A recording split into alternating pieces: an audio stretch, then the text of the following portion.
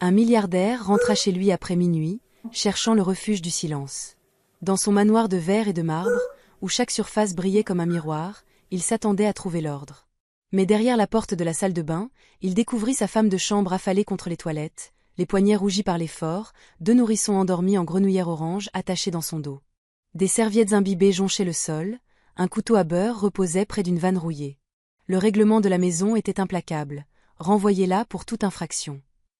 Ce qui suivit marqua à jamais les murs invisibles du manoir.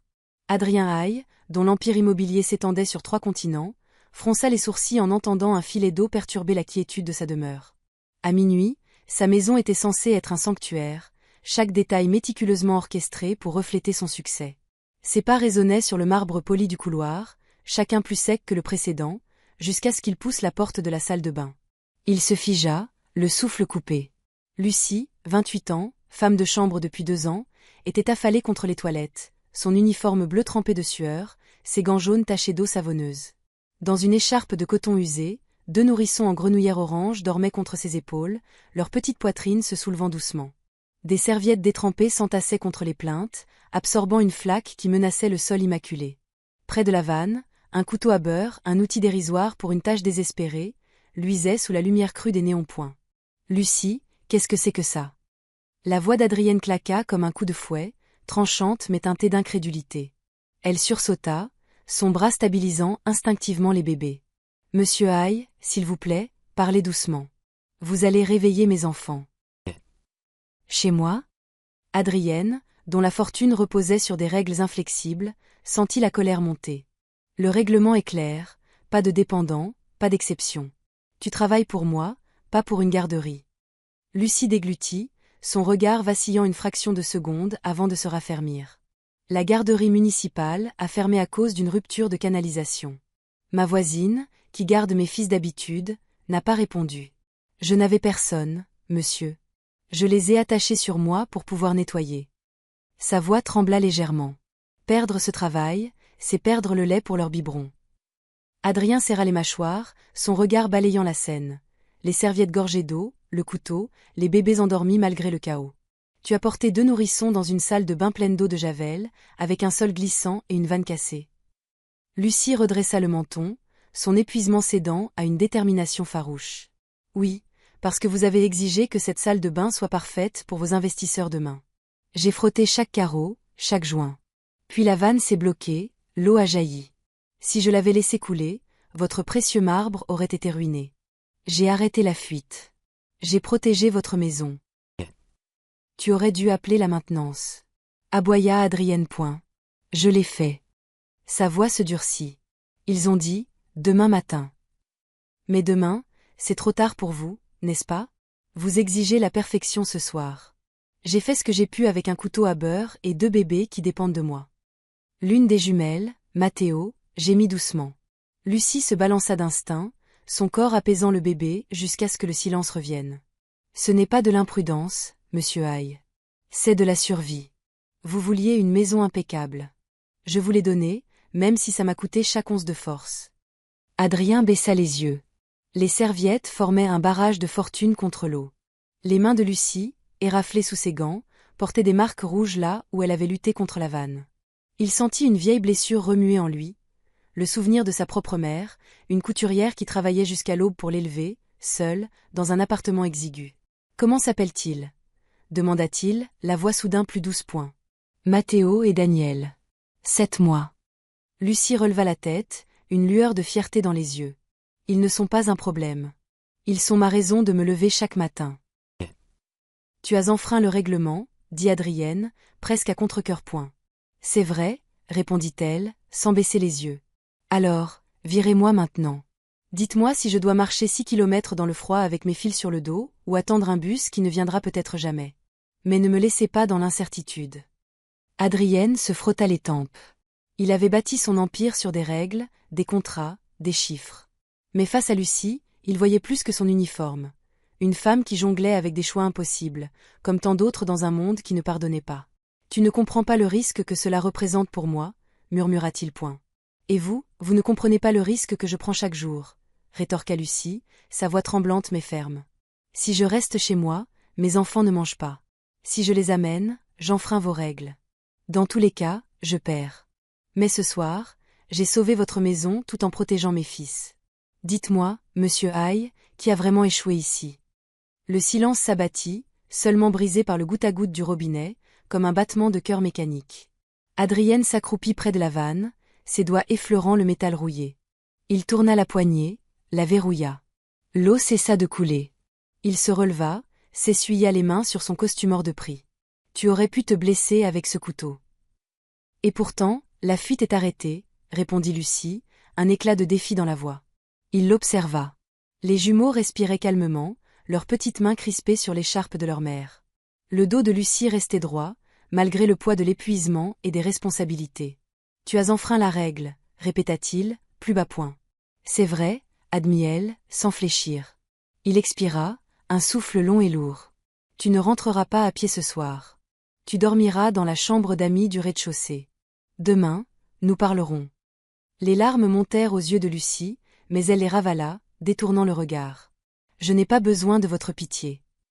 Ce n'est pas de la pitié, dit Adrienne, la voix plus ferme. C'est moi qui reconnais que tu as fait plus pour cette maison ce soir que tout mon personnel réuni. Elle serra les lèvres, incapable de répondre. Lève-toi lentement, ordonna-t-il.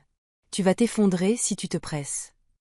Lucie se redressa, tremblante, ses mains agrippant les sangles de l'écharpe. Adrienne lui tendit la main. Elle hésita, puis la saisit. Sa paume était chaude, calleuse, marquée par des heures de labeur. Du couloir, le grésillement d'une radio de sécurité brisa le silence, un garde approchait. Adrien redressa les épaules, son instinct de contrôle reprenant le dessus. S'il pose des questions, on a colmaté une fuite. Pas un mot sur les jumeaux. Pas ce soir. Les yeux de Lucie s'écarquillèrent. Vous me couvririez? Il jeta un regard au bébé, puis à elle. Parfois, les règles sont mal écrites. Parfois, les enfreindre est le seul moyen de rappeler à quelqu'un qu'il est humain. Merci, murmura-t-elle, la voix brisée par l'émotion. Les pas du garde résonnèrent plus fort. Adrien entra dans le couloir. Reste derrière moi, chuchota-t-il. Lucie, serrant Matteo et Daniel, obéit. Diego, le gardien de nuit, apparut en haut des escaliers, sa lampe torche balayant l'obscurité. Monsieur, le détecteur de mouvement s'est déclenché. Tout va bien? Son regard glissa vers Lucie, l'écharpe, les formes endormies contre elle point. Elle a réparé une fuite, coupa Adrienne, sa voix autoritaire. Descendez, Diego. Le gardien hésita, puis hocha la tête. Oui, monsieur. Quand Diego disparut, Adrien guida Lucie vers la cuisine, une pièce immaculée où les comptoirs de quartz scintillaient sous la lumière tamisée. Elle s'effondra presque sur une chaise, ses jumeaux s'agitant dans leur sommeil. Assieds-toi, ordonna-t-il point. Je ne peux pas, murmura-t-elle, épuisée point. Assieds-toi. Son ton était sans réplique. Elle s'installa, serrant Daniel contre elle alors qu'il remuait. Adrienne ouvrit le réfrigérateur, ses gestes maladroits trahissant son inexpérience. Il trouva une bouteille de lait, la réchauffa dans un chauffe-biberon qu'il dénicha dans un placard.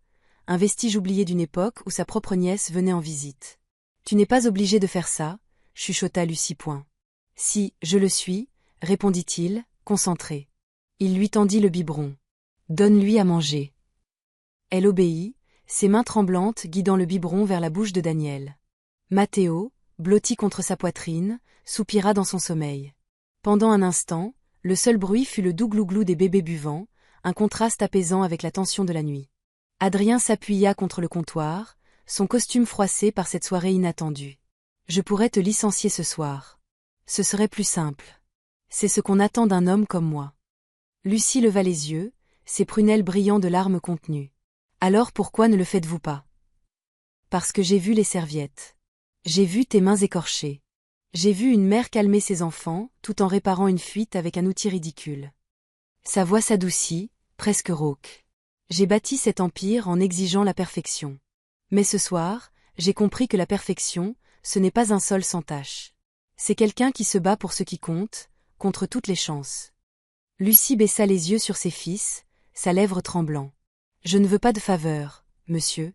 Juste une chance de travailler sans avoir à choisir entre mes enfants et un salaire. Adrien expira lentement. Alors, tu l'auras. Je réécris la politique. Dès demain. Une clause d'urgence pour les parents. Personne ne perdra son emploi pour avoir fait ce qu'il faut pour survivre. Lucie se figea, incrédule. J'ai entendu trop de promesses creuses. Des patrons qui parlent de famille, mais qui jettent les gens dehors dès qu'ils deviennent gênants. Adrien se redressa, son regard intense. Ma mère cousait des robes jusqu'à l'aube pour m'acheter des chaussures. Elle n'avait jamais assez, mais elle ne m'a jamais laissé tomber. Ce soir, je vois un peu d'elle en toi. Alors, crois-moi sur ce point, demain, un projet de crèche commence au sous-sol. Je le finance. Je le signe. Tu le verras de tes propres yeux. Son souffle se coupa. Vous êtes sérieux? Plus que jamais.